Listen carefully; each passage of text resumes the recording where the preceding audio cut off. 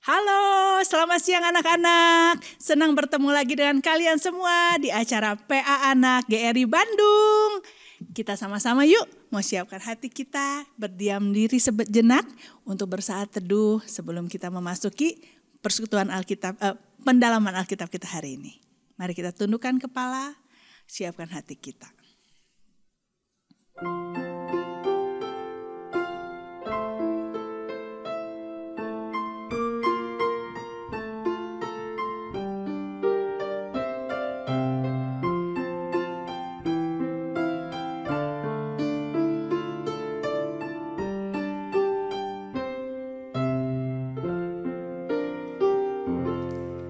Mari kita nyanyikan lagu ini yang judulnya Sebagai Keledai.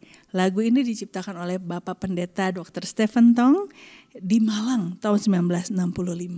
Lagu yang sangat indah dan menyentuh hati. Mari kita sama-sama nyanyikan lagu ini.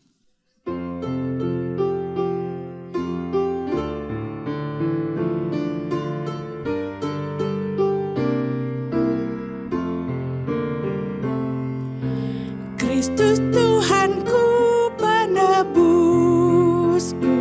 ku patut abdi Dia selamanya. Yesus Tuhanku, penebusku,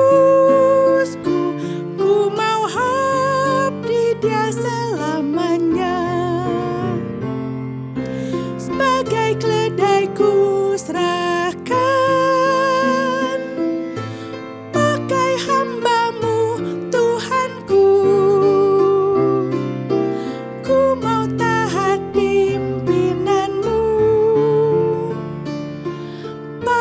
bimbing hambamu.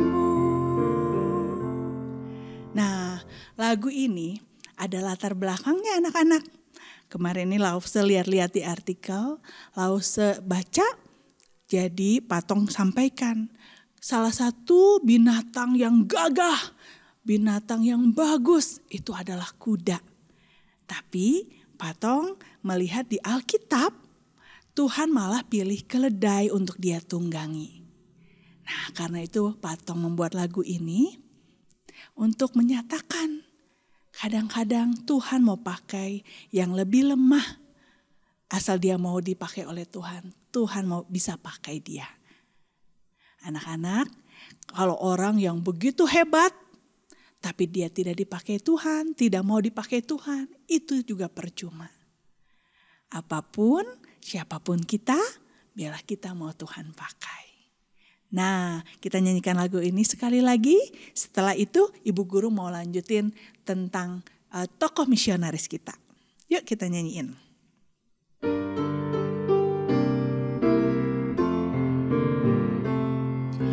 Kristus Tuhanku, penebusku, ku patut abdi Dia selamanya. Kristus Tuhanku, penebusku, ku mau abdi Dia selamanya. Sebagai keledai ku serahkan, pakai hambamu Tuhanku, ku mau taat pimpinanmu, pakai bimbing hambamu. Nah, anak-anak, sebelum Ibu Guru lanjutkan, Ibu mau tanya nih, siapa yang masih ingat cerita tokoh misionaris kita minggu lalu? Siapa namanya? Siapa yang masih ingat?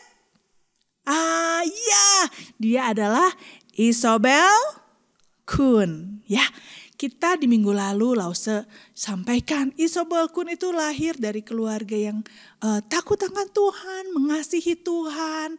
Dari kecil dia sudah baca firman Tuhan, suka menyanyi lagu pujian.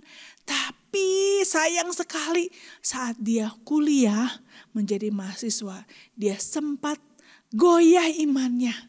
Ya, karena ada pertanyaan dari gurunya.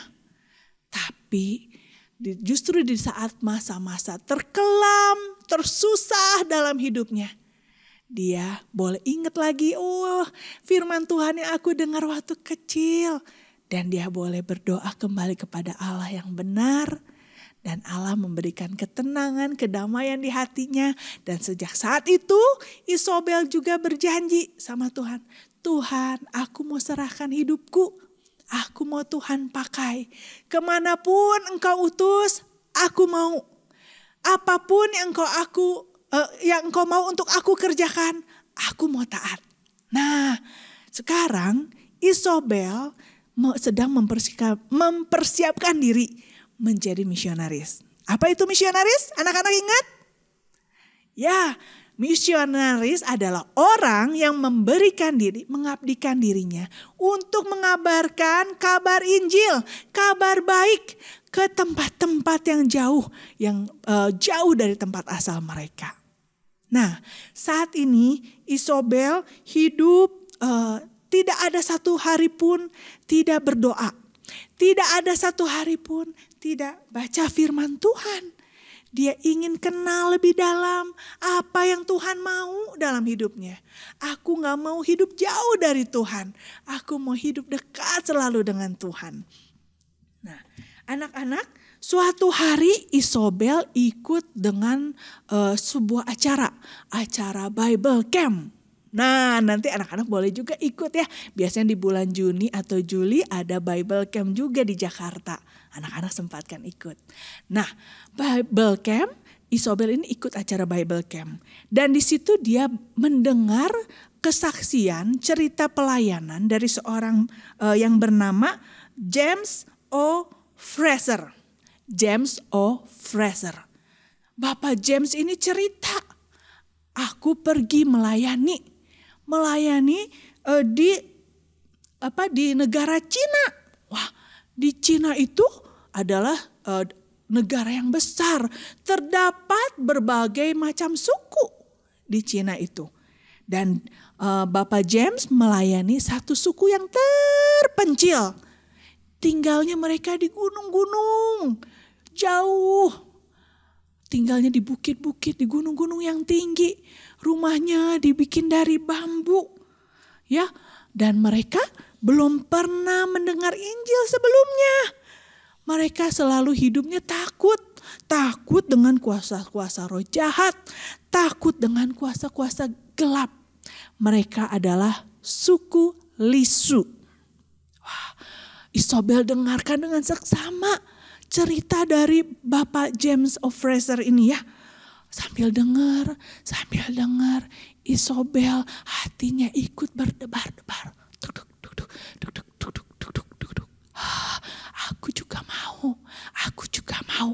Aku juga mau pergi ke sana.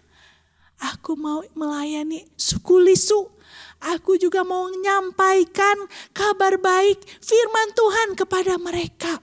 Ya, melalui Bible Camp, melalui pertemuan dengan Bapak James, Tuhan bimbing supaya Isabel pergi melayani menjadi misionaris ke suku Lisu.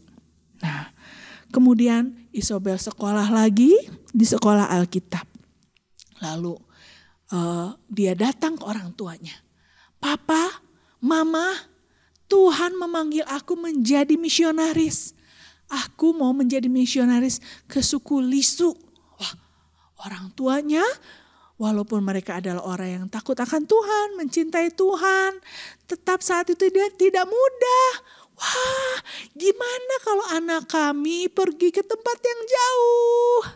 Nanti di sana apa yang harus dia hadapi? Kita tidak dapat ikut jaga-jaga lagi. Bagaimana kalau hal buruk terjadi padanya? Bagaimana kalau kita tidak dapat bertemu lagi? Wah, Mama Isabel tidak mengizinkannya. Gak mau, tidak boleh Isabel, kamu tidak boleh menjadi misionaris. Kamu lebih baik melayani di tempat lain, tapi tidak usah jadi misionaris. Wah, Isabel bingung ya, gimana? Dalam hati dia tahu jelas, pergi ke suku Lisu, mengabarkan Injil di sana, itu adalah kehendak Tuhan. Tapi di lain pihak, dia juga mengasihi mamanya. Dia menghormati, mengasihi ibunya. Aduh, gimana ini? Lalu Isabel, apa yang Isabel lakukan? dia berdoa. Tuhan tolong, apa yang harus aku lakukan. Aku tahu jelas aku harus pergi ke sana. Tapi bagaimana dengan mamaku? Anak-anak, Tuhan melembutkan hati mamahnya. Dalam doanya, melalui doa Isobel, perlahan-lahan Tuhan melembutkan mamahnya. Sehingga di waktu yang tepat, akhirnya mamahnya mengizinkan untuk Isobel pergi menjadi misionaris melayani suku Lisu. Tapi masih ada permasalahan lain anak-anak. Waduh, gimana ini ya? Permasalahan lainnya apa? Ya, dia saat sekolah seminari, saat sekolah Alkitab dia bertemu dengan seorang pria. Pria yang takut akan Tuhan dan memang sama-sama mau pergi melayani menjadi misionaris. Namanya adalah John Kuhn. Ya. Wah, namanya rada mirip-mirip. Tadi James ya, yang ini John ya. John Kuhn. Nah, John Kuhn ini sama-sama mau pergi juga jadi misionaris. Tapi kalau kami mau meneruskan hubungan kami jadi suami istri, bagaimana kalau kami melayaninya di tempat yang berbeda, yang jauh? Tidak mungkin kita bisa sama-sama menikah dan kemudian melayani. Wah, tapi bagi Isobel tidak apa-apa, pokoknya Tuhan pimpin. Tuhan mau aku pergi kemana, aku dulukan kehendak Tuhan. Ya, tapi anak-anak sekali lagi Tuhan pimpin. Ya, waktu mereka berdoa, Tuhan kalau ini kehendak Tuhan, maka Tuhan izinkan untuk kami boleh melayani di tempat yang sama. Dan Tuhan mengizinkan itu terjadi. Ya, akhirnya Isobel dan suaminya sama-sama bisa melayani di Cina. Dan mereka sama-sama melayani suku Lisu. Nah, anak-anak, waktu mereka mau pergi ke sana, wah, gak gampang. Mereka harus naik kapal layar. Selama kurang lebih 1 bulan mereka terombang-ambing di tengah lautan. Tapi walaupun kesulitan apapun, hati mereka tetap bersuka cita. Karena mereka tahu mereka melakukan kehendak Tuhan. Dan Tuhan menyertai mereka. Begitu mereka sampai di China, sudah selesai? Belum. Mereka harus berjalan jauh sekali untuk sampai di pegunungan tempat suku Lisu berada. Wah, ya, melayani jadi misionaris di tempat yang jauh, kira-kira gampang atau susah? Menurut kalian, gampang atau susah? Ya, susah ya anak-anak, tidak mudah. Tapi kita belajar dari Isobel dan suaminya ini ya, setiap ada kesulitan, setiap ada masalah apapun di dalam pelayanannya, dia selalu membawanya kepada Tuhan di dalam doa. Wah, indah ya. Biarlah kita juga membawa setiap apapun hal yang kita hadapi kepada Tuhan di dalam doa. Mau itu masa-masa susah, maupun itu masa-masa senang, kita biarlah datang kepada Tuhan. Berdoa sama Tuhan, oh Tuhan pimpin aku. Aku gak mau jalan sendiri, tolong Tuhan sertai aku.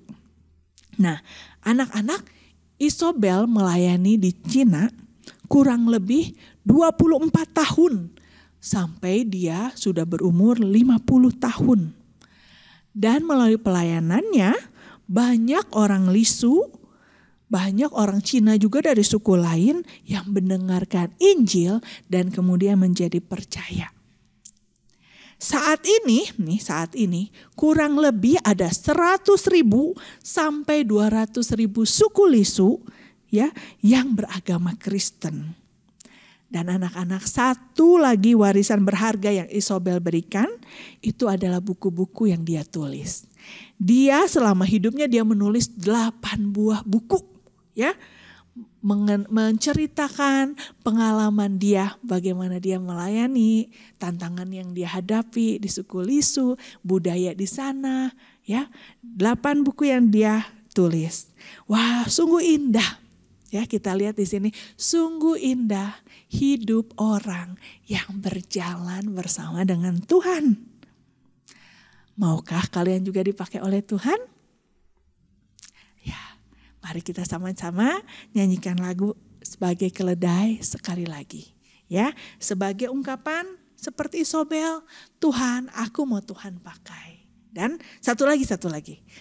Ingat dari kisah Isobel, apapun bawa dalam doa kepada Tuhan. Mari kita sama-sama nyanyikan lagu Sebagai Keledai.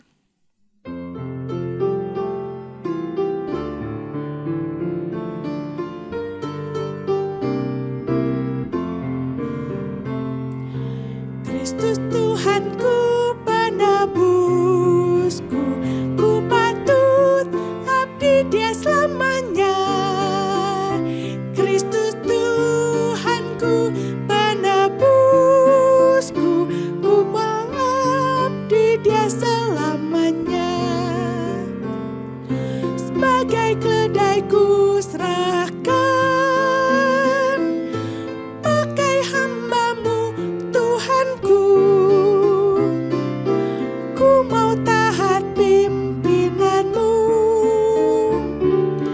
pakai bimbing hamba-Mu.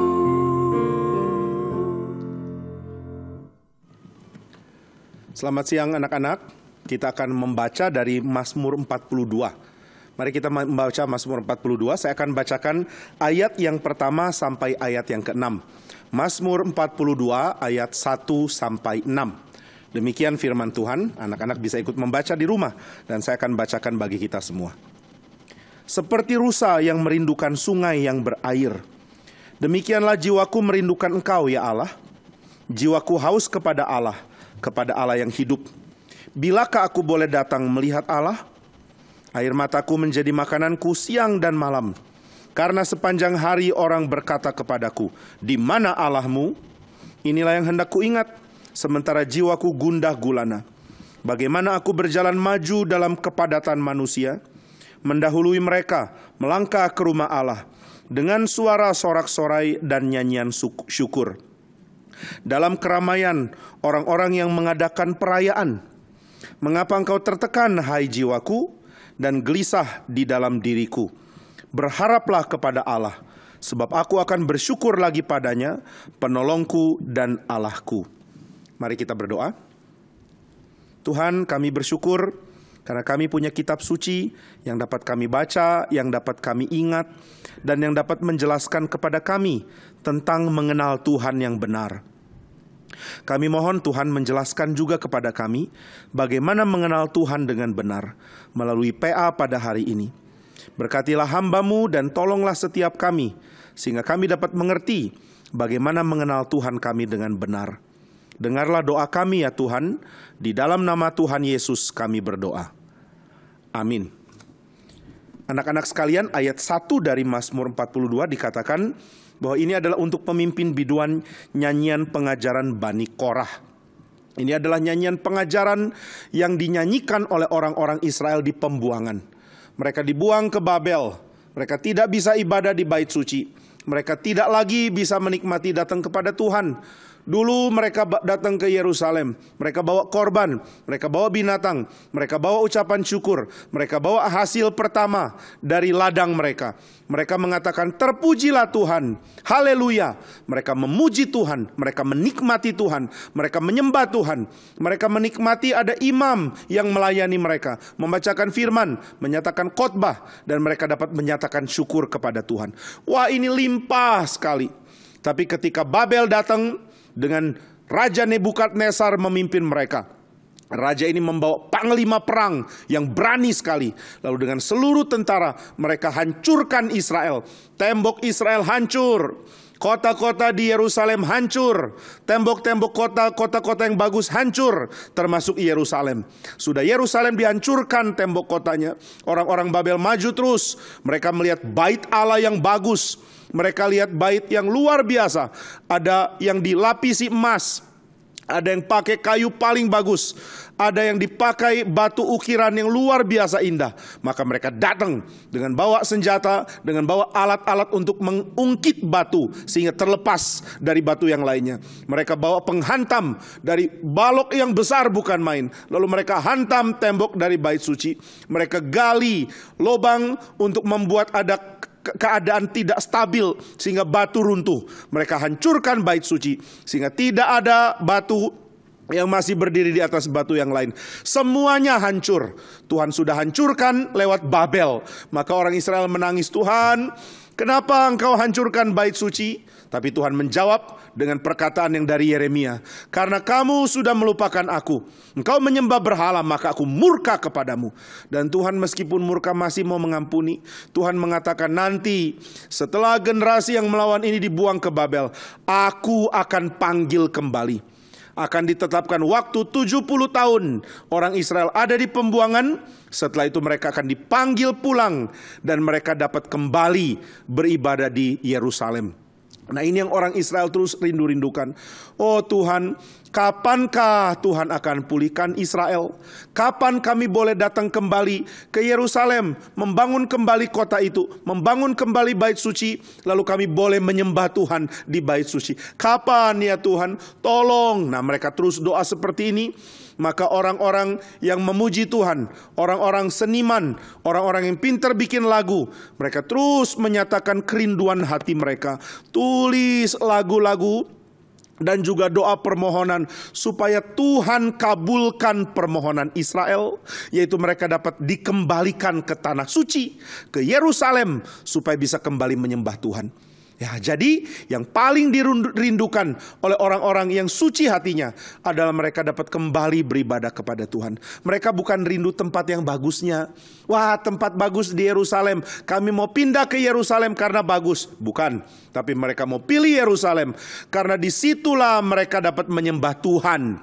Jadi banyak sekali orang Israel yang terus baca lagu-lagu dan doa seperti ini. Seperti rusa yang merindukan sungai yang berair, demikianlah jiwaku merindukan engkau ya Allah. Jadi Israel ingin pulang kembali ke Yerusalem. Bukan karena Yerusalem lebih bagus dari Babel. Bukan karena Yerusalem lebih sejahtera, lebih enak, lebih kaya. Tapi karena Yerusalem adalah tempat mereka dapat menyembah Tuhan. Maka orang-orang yang sudah pernah menyembah Tuhan di Yerusalem lalu dibuang ke Babel, mereka ingat, dulu kami pernah menyembah Tuhan di bait suci. Dulu Tuhan rela hadir, sekarang Tuhan sudah buang kami. Tapi anak-anak yang lahir di Babel, mereka tidak mengerti. Ada satu anak yang lahir di Babel, dia tidak tahu dulu di Israel seperti apa. Tapi papanya terus ingatkan, nak, doa ya sama Tuhan. Oke Pak, saya mau doa sama Tuhan. Doa apa? Papanya tanya, kamu mau doa apa nak? Aku mau doa supaya aku bisa punya banyak teman. Aku gak mau main sendirian. Aku kalau jalan-jalan di jalanan di kota Babel, mau main sama teman-teman, teman-temanku langsung menghindar. Mereka tidak mau main sama aku. Begitu aku ajak, ayo kita main, teman-temanku lari. Waktu aku tanya, kenapa lari? Kenapa tidak mau main sama aku? Semua teman-teman bilang, karena kamu orang buangan, kamu budak, kamu itu diambil dari Yerusalem. Papamu itu orang Israel, kami orang Babel. Kami lebih tinggi dari kamu. Mereka tidak mau main sama aku. Jadi aku kesepian. Aku mau doa sama Tuhan. Tuhan, aku mau minta teman supaya aku bisa punya teman. Bisa main bola sama-sama, bisa lari sama-sama, bisa main sembunyi-sembunyi sama-sama. Pokoknya punya banyak teman. Nah itu Pak, aku mau doa itu. Wah, papanya dengar kalimat anak ini sedih. Wah, nak, kamu gak punya teman ya? Gak punya. Aku mau main, dikucilkan. Aku mau main, diusir. Karena katanya aku dari suku Israel. Aku dari bangsa yang pernah ditangkap dan dibawa ke sini sebagai budak. Benar ya Pak? Ya, memang benar. Oh gitu. Jadi kita ini bangsa apa? Kita Israel. Oh iya, lupa, aku kan Israel. Papa Israel, kita Israel. Tapi kenapa ya Pak, tidak ada yang mau main sama aku? Kenapa mereka maunya main sendiri sama teman-teman yang lain, tidak mau sama aku? Oh iya, karena kamu orang Israel. Memang kalau orang Israel nggak boleh main. Memang kalau orang Israel tidak harus main. Aku juga mau main. Betul. Tapi kamu kan ada di negeri orang. Bahasamu agak lain dengan mereka. Mirip kok, mirip, tapi logatnya lain. Waktu mereka bicara sama kamu, mereka terdengar lucu kan? Oh iya, bahasa mereka lucu. Aku kadang-kadang gak ngerti. Sama, mereka juga lihat bahasamu, dengar lucu, seperti asing bagi mereka. Karena kita ini bangsa yang beda dengan mereka. Oh, jadi gitu ya. Itu makanya aku mau doa sama Tuhan supaya punya teman. Wah, Papanya terharu, tapi papanya beritahu, "Nak, mana lebih penting? Punya teman dari orang-orang Babel atau punya teman orang Israel?" Ya mungkin punya teman orang Israel, tapi di sekeliling kita nggak ada orang Israel. Papa kan pegawai di tempatnya pemerintahan. Papa bekerja untuk orang-orang yang ada di Babel. Jadi nggak ada orang Israel di sini. Iya betul. Jadi kamu nggak ada teman Israel ya. Kamu harus main sama orang-orang Babel. Tapi orang Babel nggak mau main sama kamu. Iya, aku juga sudah nggak mau main sama mereka. Pokoknya mereka nggak mau main sama aku juga nggak mau main. Tapi aku mau doa sama Tuhan, minta teman supaya aku bisa main sama mereka. Wah, papanya bilang, bagus doa seperti itu. Tapi yang bikin kamu senang punya teman dari orang Israel apa? Oh iya, karena kalau main sama sesama orang Israel, bahasanya nggak aneh. Aku dengar mereka dengar aku. Gampang ngerti. Tidak ada bahasa lucu-lucu. Kalau sama orang Babel mereka ngomong, aku mau ketawa. Karena banyak kata-kata yang aneh-aneh. Mereka pakai kata-kata yang aku nggak ngerti. Lalu waktu disambung-sambung jadi lucu. Ya, tapi kamu pun terdengar lucu sama mereka. Waktu kamu ngomong bahasa kamu, mereka juga rasa aneh. Oh gitu ya. Jadi sesama rasa aneh ya. Iya, mereka anggap kamu aneh, kamu anggap mereka aneh. Iya, jadi mereka aneh, aku juga dianggap aneh. Ya sudah, kita jadi orang-orang aneh yang berkumpul. Makanya aku nggak suka. Tapi kalau sama orang Israel, bahasanya sama. Tidak ada kata-kata aneh. Pokoknya bisa main, bisa senang-senang, bisa lari-lari, kejar-kejaran. Pokoknya senang. Oh, apa cuma itu? Adakah lain yang kamu mau dapat dari teman-temanmu? Adakah hal yang menyenangkan yang kamu bisa dapat? Menyenangkan. Oh iya, bisa sama-sama jajan. Nanti sama-sama cari jajan. Seneng nanti cari jajanan orang Israel. Kan papa bilang gak boleh cari jajanan orang Babel karena haram. Aku gak boleh makan yang haram. Aku mau makan yang kosher, yang halal. Jadi aku cari sama teman-temanku, nanti makan sama-sama mereka. Pasti seneng. Kalau sama orang Babel, makanannya aneh-aneh, aku gak bisa makan. Oh, ada lagi yang kamu suka kalau punya teman? Apa lagi ya? Oh iya, bisa lari-lari ganggu orang di pasar sama-sama. Oke, ada lagi yang kamu suka dengan punya teman? Iya, bisa saling tukar-tukar mainan. Aku punya mainan, mereka pinjam mainan mereka, bisa aku pinjam. Itu senangnya punya teman. Ada satu hal yang sangat penting yang kamu belum sebut. Apalagi ya? Aku sudah sebut semua sudah dibilang. Apalagi Pak? Papanya bilang, ada satu yang kurang, yaitu kamu harus senang berteman sama mereka. Karena dengan ada teman yang dari Israel, kamu akan punya teman untuk menyembah Tuhan. Oh, teman untuk menyembah Tuhan. Ya, teman untuk menyembah Tuhan. Kamu mengerti? Tidak. Oh, masih belum mengerti ya. Yang mana yang kamu belum mengerti? Aku belum mengerti Pak. Kalau nyembah Tuhan kenapa mesti pakai teman? Kan datang berdoa, sendiri juga bisa dong. Aku tinggal datang bilang, Tuhan ini aku sudah datang, aku berdoa, terima kasih, amin. Selesai, begitu kan? Ya, tapi kamu juga harus datang ke Tuhan bersama dengan teman-temanmu. Karena kamu itu bagian dari umat Tuhan. Oh, aku bagian dari umat Tuhan. Oke, aku umat Tuhan. Terus kenapa mesti punya teman-teman? Loh, karena umat itu nggak bisa sendiri. Oh, nggak bisa sendiri. Kenapa? Takut ya kalau sendiri? Bukan. Tapi umat itu memang bersama-sama. Tuhan itu ciptakan kita supaya kita bisa punya banyak teman. Supaya kita ada persekutuan. Supaya kita jadi bagian dari umat. Jadi Tuhan tidak mau kita sendiri-sendiri. Tuhan mau kita jadi umat. Datang bersama-sama orang banyak menyembah Tuhan. Itu yang Tuhan mau. Oh, wah anak ini masih bingung. Kenapa harus sama-sama ya? Lalu papanya jelaskan, memangnya kalau kamu sendirian bisa hidup? Mana bisa? Kamu lahir pun perlu papa mama kan? Kamu bertumbuh pun perlu dipelihara sama papa mama. Oh iya, kalau aku kecil nggak dipelihara, aku cuma bisa nangis, wah, wah. Nggak ada yang kasih makan. Kalau aku haus cuma, wah, wah. Nggak ada yang kasih minum. Mesti ada orang lain kasih minum. Waktu aku kecil aku nggak bisa jalan sendiri cari minum. Bayi mana bisa merangkak, masuk ke dapur, lihat lemari, buka lemari, ambil minum, klek klek klek klek. Selesai minum langsung bilang aku bayi ajaib, bisa cari minum sendiri. Kan nggak bisa. Jadi waktu kecil aku pun bergantung pada orang tua. Aku juga perlu teman. Aku perlu orang-orang di sekelilingku. Oh, mungkin ini maksudnya aku diciptakan oleh Tuhan di dalam sebuah umat. Jadi aku tidak sendirian, ada umat Tuhan. Pak, mau tanya.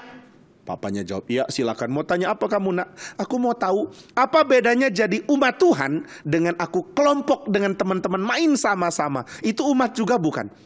Wah, umat berarti kamu menyembah Tuhan. Oh begitu. Jadi kalau main sama-sama bukan umat. Ya tetap umat, tapi bukan hanya main, harus menyembah Tuhan. Oh jadi sambil main sambil menyembah Tuhan. Bukan, main ya boleh, tapi waktu menyembah Tuhan gak boleh main-main. Oh oke. Menyembah Tuhan tidak boleh main-main. Baik, jadi aku doa minta teman supaya ada teman untuk menyembah Tuhan gitu ya Pak? Iya. Papa punya teman untuk menyembah Tuhan? Wah, Papa dulu tidak tinggal di Babel. Bertahun-tahun lalu sebelum kamu lahir, Papa tinggal di Yerusalem. Oh, Yerusalem. Jauh ya Pak dari sini? Jauh. Kamu mesti jalan menyeberangi padang gurun yang panas kalau siang, dingin kalau malam. Lalu ada ular beracun, ada kalajengking, ada perampok. Wah bahaya sekali. Jauh sekali kalau mau pergi ke Yerusalem. Oh begitu ya. Terus kenapa Papa pindah ke Babel? Karena sudah bosan di Yerusalem, mau cari rumah baru ya? Begitu? Bukan. Papa pindah dari Yerusalem ke Babel karena ditangkap. Ditangkap siapa Pak? Ditangkap tentara Babel. Waduh, tentara Babel tangkap Papa. Kenapa? Papa nakal ya? Bersalah sama tentara Babel? Bukan. Papa bukan nakal, tapi Papa adalah orang Israel, sedangkan orang Babel lagi perang dengan orang Israel. Maka tentara Babel datang menghancurkan Yerusalem, kotanya Papa. Wih, ngeri. Jadi Yerusalem dihancurkan. Hancurnya ngeri enggak? Ngeri. Temboknya diruntuhkan, bangunan-bangunan dibakar, tentara-tentara dibunuh. Kita kalah jauh dari Babel. Aduh, jadi Yerusalem kalah jauh ya Pak. Israel dan Babel lebih jago mana? Jauh lebih jago Babel. Waduh, aku orang Israel ya Pak? Iya, berarti aku lebih lemah dari teman-temanku yang Babel. Kamu adalah orang Israel. Tapi orang Israel lemah, Babel jauh lebih kuat dan Babel menghancurkan Israel. Aduh, kenapa ya Pak? Kan Tuhan ada, kenapa nggak doa sama Tuhan Pak? Minta Tuhan tolong lindungi dari Babel. Jadi begitu Babel datang, Tuhan lindungi. Begitu mereka mau perang, Tuhan bilang, hei berhenti perang, pulang. Langsung mereka pulang. Gitu aja Pak, doa sama Tuhan. Tapi papanya menjelaskan, Tuhan marah sama Israel. Tuhan marah karena orang Israel menyembah berhala, melupakan Tuhan dan berdosa banyak sekali. Jahat, cemar, dan penuh dengan dosa. Maka Tuhan marah kepada Israel. Wih, ngeri. Jadi Tuhan marah sama Israel karena berdosa. Jadi makanya Tuhan hukum ya Pak? Iya. Oh, jadi kita dihukum. Jadi Yerusalem hancur itu hukuman? Ya. Lalu bait suci Bapak bilang juga ada dulu ya? Ya, bait suci dulu megah dan bagus. Tapi kemudian Babel datang, dibakar bait suci itu, dihancurkan. Sekarang sudah nggak ada lagi. Aduh sedih. Lalu kalau bait suci nggak ada Pak, doanya kemana? Nah itu, kita sudah nggak bisa doa lagi seperti dulu.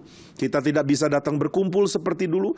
Kita tidak bisa lagi jadi seperti dulu, menyembah Tuhan, datang ke bait suci, bawa korban, dengar khotbah, menyanyi. Sekarang nggak bisa. Wah, anak ini sedih sekali. Aku sedih. Terima kasih ya Pak untuk ceritanya, tapi aku jadi sedih. Hari itu dia istirahat. Dia mau tidur, dia doa dulu sama Tuhan. Seperti yang papanya bilang tadi. Tuhan, tadinya aku mau doa minta supaya ada teman main. Tapi setelah dengar papaku, aku jadi doa untuk hal yang lain. Aku mau doa supaya Tuhan izinkan kami orang Israel bisa beribadah kepadamu rame-rame. Karena kami gak bisa sendirian. Kami ini diciptakan di dalam umat. Kami mau menyembah Tuhan. Tolong ya Tuhan, dalam namamu, dalam nama Allah Israel, Allah Abraham, Allah Ishak dan Allah Yakub, ada kekuatan bagi kami untuk menang. Wah, anak ini berdoa dengan sungguh-sungguh dan dia panjatkan doanya dengan berharap Tuhan mau pulihkan Israel, sehingga Israel dapat berdoa kembali di bait suci, dapat beribadah kembali di bait suci. Besoknya dia bangun, dia mau belajar. Dia baca kitab suci, dibimbing oleh papanya. Setelah itu dia mau pergi main. Pak, aku pergi main ya. Aku pergi main sendiri karena orang-orang Babel gak mau berteman sama aku. Lalu aku gak punya teman di Yerusalem atau orang Israel di orang Yerusalem. Jadi aku mau main sendiri. Dadah. Lalu dia pergi main. Papanya sedih.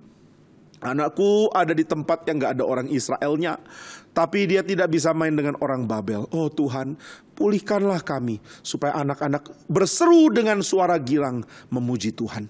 Nah, anak ini mulai belajar, mulai mengerti, mulai tambah cinta kepada berita yang papanya ajarkan.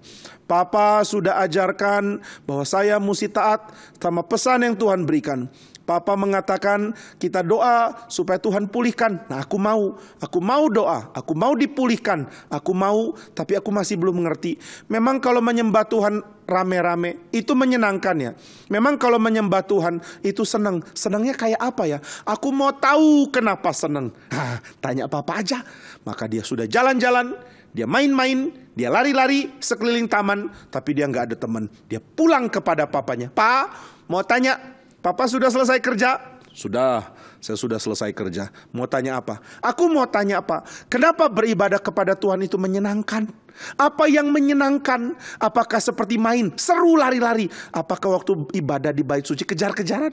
Waduh, enggak. Di bait suci ibadahnya enggak kejar-kejaran. Oh, apakah waktu ibadah di bait suci nari-nari? Oh enggak, waktu ibadah di bait suci enggak nari-nari. Lalu terus ngapain? Apa yang bikin seneng? Yang bikin seneng ada banyak nak. Mau dong dengar ceritanya. Ayo Pak, cerita sedikit apa yang bikin seneng. Gini, waktu Tuhan masih berkenan menyertai Yerusalem, membimbing Israel dan mendirikan bait suci di tengah Yerusalem. Orang Israel senang bukan main. Tuhan izinkan bait suci didirikan oleh raja besar namanya Salomo. Oh iya, aku tahu nama Salomo. Aku senang dengar tentang cerita raja hebat ini. Ya, Salomo lah yang dirikan istana yang bagus untuk dirinya, tapi dia juga mendirikan bait suci supaya kita dapat menyembah kepada Tuhan. Kita datang menyembah di bait suci, dan Salomo selesai mendirikan bait suci, dia doa kepada Tuhan dan dia mengatakan, Tuhan, jika Israel berdosa kepadamu, ampunilah, dengarlah doa kami dari bait suci ini. Papa mau tanya, ada apa? Kalau Salomo tadi bilang kalau kita sudah berdosa kita minta ampun datang ke bait suci ya? Iya. Lah sekarang kalau bait suci sudah hancur, kita nggak bisa minta ampun dong. Ya belum bisa lagi. Waduh, sedih apa? Iya. Lalu Salomo mengatakan, Tuhan, jika orang Israel mau berbalik, kiranya Tuhan pulihkan. Jika orang Israel mau belajar mengenal Tuhan, kiranya Tuhan rela menyatakan diri. Jika orang Israel mau diterima oleh Tuhan, mau minta ampun, terimalah dia kembali. Terimalah Israel kembali karena bait sucimu. Wah, itu yang dikatakan Salomo. Berarti kita beribadah untuk minta Tuhan mengampuni dosa. Kita beribadah untuk merasa senang karena Tuhan mengampuni dosa kita. Oh, anak ini bingung. Memang kalau dosa diampuni kenapa senang? Karena dosa membuat Tuhan murka. Siapa berdosa harusnya Tuhan buang. Tapi waktu orang berdosa bilang, Tuhan aku gak mau dibuang, tolong aku, Tuhan rela mengampuni. Oh gitu. Jadi Tuhan rela mengampuni. Wah, aku senang dengarnya. Senangnya bisa beribadah. Karena begitu aku pergi beribadah, aku sadar Tuhan mengampuni aku. Tuhan, saya orang berdosa, tapi saya bisa diampuni karena Tuhan mau mengampuni saya. Wah, puji Tuhan. Pak, gimana sih diampuni itu? Diampuni berarti kamu harus berikan darah. Darah? Iya, untuk diampuni harus ada darah. Waduh, aku mesti diiris tangannya gitu, lalu kasih darah. Ih, ngeri, sakit, nanti darahnya habis, mati dong aku. Tidak, kamu tidak pakai darahmu sendiri. Untunglah, puji Tuhan, pakai darah yang mana ya Pak? Pakai darah dari binatang. Oh, binatang ya? Ada sapi, ada kambing, atau domba. Atau kalau orang miskin tidak pernah bisa beli sapi, tidak pernah bisa beli kambing, tidak pernah bisa beli domba. Bisa beli burung tekukur untuk nanti dikorbankan. Wah, kok binatangnya dikorbankan? Ya, binatangnya disembelih. Waduh, ngeri. Lalu darahnya keluar, kemudian dipercikan menandakan pengampunan dosa lewat darah binatang. Kok darah binatang bisa ampuni dosa? Nah, itu simbol nak. Papa juga gak mengerti, tapi itu yang Tuhan perintahkan. Pokoknya darah binatang membuat orang bisa beribadah kepada Tuhan karena diampuni. Kamu seneng gak diampuni? Ya seneng lah Pak. Mana ada orang diampuni gak seneng. Nah, makanya beribadah itu menyenangkan. Karena waktu kamu beribadah, kamu menyadari kamu sudah diampuni oleh Tuhan. Wah, seneng bisa beribadah, menyadari diri sudah diampuni oleh Tuhan. Lalu apalagi yang menyenangkan kalau beribadah? Papanya jelaskan lagi. Yang kedua, waktu kamu rasa kamu sudah diampuni, kamu tambah mencintai Tuhan. Karena kamu rasa diri tidak layak. Tapi Tuhan bilang, meskipun kamu tidak layak, aku mencintai kamu. Dan aku mau terima kamu kembali. Oh iya, mirip kalau aku salah sama papa, lalu papa ampuni aku ya. Ya mirip, tapi pengampunan Tuhan lebih besar dari pengampunan papa. Dosamu kepada Tuhan juga lebih besar dari dosamu kepada papa. Jadi diampuni Tuhan lebih menyenangkan daripada diampuni papa. Wah, oke. Jadi aku datang, dapat pengampunan, senang. Lalu setelah senang diampuni gimana Pak? Setelah senang diampuni mau bersyukur. Maka kita beribadah mau menyatakan, oh Tuhan, aku bersyukur kepadamu. Engkaulah Raja di langit dan di bumi. Dan kami orang berdosa yang sudah melanggar, kami sembarangan hidup, kami menyembah berhala, kami orang jahat. Tapi Tuhan mau mengampuni kami. Nah ini yang bikin kita bersyukur. Waktu kita bilang haleluya puji Tuhan, kita bersyukur bilang haleluya puji Tuhan. Karena Tuhan mengampuni kita. Mau gak bersyukur kepada Tuhan? Mau. Aku juga mau bersyukur kepada Tuhan. Kamu bisa bersyukur kepada Tuhan jika kamu sadar dosamu sudah diampuni. Maka kamu akan menyanyi memuji Tuhan. Oh aku ngerti sekarang. Kenapa ada orang memuji Tuhan lemes-lemes? Bilang haleluya puji Tuhan tapi lemes-lemes. Bilang terpujilah nama Tuhan tapi nyanyinya lemes. Harus nyanyi dengan penuh sukacita. Terpujilah nama Tuhan. Tapi ada yang nyanyi lemes-lemes. Terpujilah nama Tuhan. Kenapa? Karena tidak sadar dia sudah diampuni oleh Tuhan. Aku makin ngerti. Jadi yang pertama, aku senang beribadah karena dosaku diampuni dan aku diterima oleh Tuhan. Yang kedua, aku senang beribadah karena aku bisa memuji Tuhan bersama-sama dengan orang lain yang juga ditebus oleh Tuhan. Gitu ya Pak? Ya. Lalu ada lagi yang menyenangkan? Ada. Kamu beribadah kepada Tuhan, kamu dapat menikmati berdoa dan didengar oleh Dia. Wah, aku bicara didengar oleh Tuhan. Ya, diwakili oleh imam. Imam akan berdoa, lalu doanya sampai kepada Tuhan. Dan ini menyenangkan karena kita berdoa rame-rame, sama-sama punya beban hati yang sama. Oh oke. Beban hati itu apa ya Pak? Beban hati itu berarti ada sesuatu yang berat di hati. Wah berat, kenapa berat? Ada besinya ya. Jadi waktu hati kena besi jadi berat. Bukan, tapi hati kita sedih karena lihat rencana Tuhan tidak terjadi. Hati kita sedih karena lihat nama Tuhan tidak dipermuliakan. Oh, jadi sedih karena nama Tuhan tidak dipermuliakan. Oke, aku belum ngerti, sekarang jadi ngerti. Jadi sedih kalau nama Tuhan tidak dipermuliakan.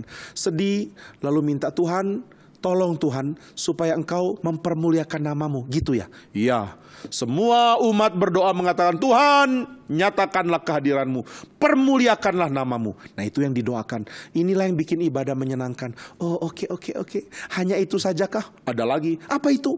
Yaitu imam akan memberkati dengan firman dan juga dengan berkat. Ada firman dan berkat yang bisa kita bawa pulang. Oh, firman dibawa pulang caranya bagaimana Pak? Dengan didengar lewat telinga, masuk ke dalam pikiran dan hati. Didengar lewat telinga, diingat di pikiran dan di hati. Itu namanya bawa pulang firman. Oke. Didengar lewat telinga, tapi masuk ke pikiran dan hati. Oke Pak, kalau dengar lewat telinga tapi nggak masuk pikiran dan hati, namanya nggak bawa pulang firman ya? Iya, itu namanya percuma datang. Lalu kamu sudah dengar firman, kamu ingat di pikiran dan hati. Itu membuat kamu senang, tapi juga kamu dapat berkat dari Tuhan. Karena imam akan memberkati umat. Tuhan memberkati engkau dan melindungi engkau. Tuhan menyinarkan wajahnya kepadamu dan memberikan sukacita. Tuhan menghadapkan wajahnya kepadamu, memberikan damai sejahtera. Wah, ini berkat yang akan diberikan, bikin kita senang. Oh, waktu berkat diberikan itu sungguhan terjadi. Iya dong, Tuhan memakai imam untuk memberi berkat. Wah, jadi dosa diampuni, bisa memuji Tuhan, bisa mendengar dan membawa pulang firman, bisa membawa berkat, bisa berdoa bersama-sama umat Tuhan. Menyenangkan. Aku ingin beribadah. Tapi bisa nggak? Nggak bisa. Kenapa nggak bisa? Karena kita sedang dibuang di Babel. Kita tidak punya tempat ibadah. Wah, sampai kapan ya Pak? Nah inilah yang kita sedang doakan. Makanya kita nyanyi dan berdoa. Seperti rusa merindukan Tuhanku, seperti rusa merindukan air, demikian jiwaku merindukan Tuhanku. Ini yang kita doakan. Oh iya, aku jadi ngerti kenapa kita doakan doa itu. Jadi orang Israel tunggu kapan Tuhan pulihkan kita bisa beribadah. Tapi tahu nggak? Ternyata Tuhan pulihkan lebih dari itu. Orang Israel dan anaknya ini tidak mengerti, tapi kita mengerti. Tuhan memberikan kesempatan kita beribadah. Bukan hanya dengan memperbaiki Yerusalem, bukan hanya dengan mendirikan bait suci, tetapi Tuhan memberikan kita kelimpahan dengan cara membangkitkan Kristus. Tuhan Yesus datang menebus kita dengan mati di kayu salib, lalu dia bangkit.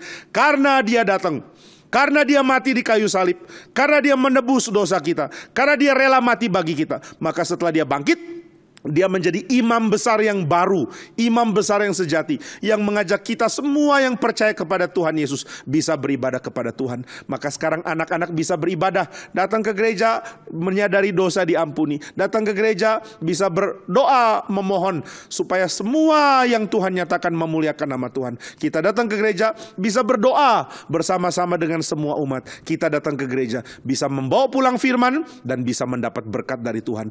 Ini kita bisa nikmati karena Tuhan Yesus sudah mengampuni kita. Ini bisa kita nikmati karena Tuhan Yesus menebus kita dengan darahnya. Orang Yahudi tunggu-tunggu, kapan Tuhan pulihkan bait suci supaya kami bisa beribadah. Ternyata Tuhan memulihkannya dengan membangkitkan Tuhan Yesus. Di dalam Injil Yohanes pasal yang kedua, waktu orang-orang mengatakan kepada Tuhan Yesus bahwa dia tidak punya otoritas apa-apa, Tuhan Yesus mengatakan, rombaklah bait suci ini, dalam 3 hari aku akan dirikan lagi. Yang dia maksud dengan bait suci adalah tubuhnya sendiri. Setelah Tuhan Yesus dihancurkan dengan dimatikan di kayu salib, dia bangkit.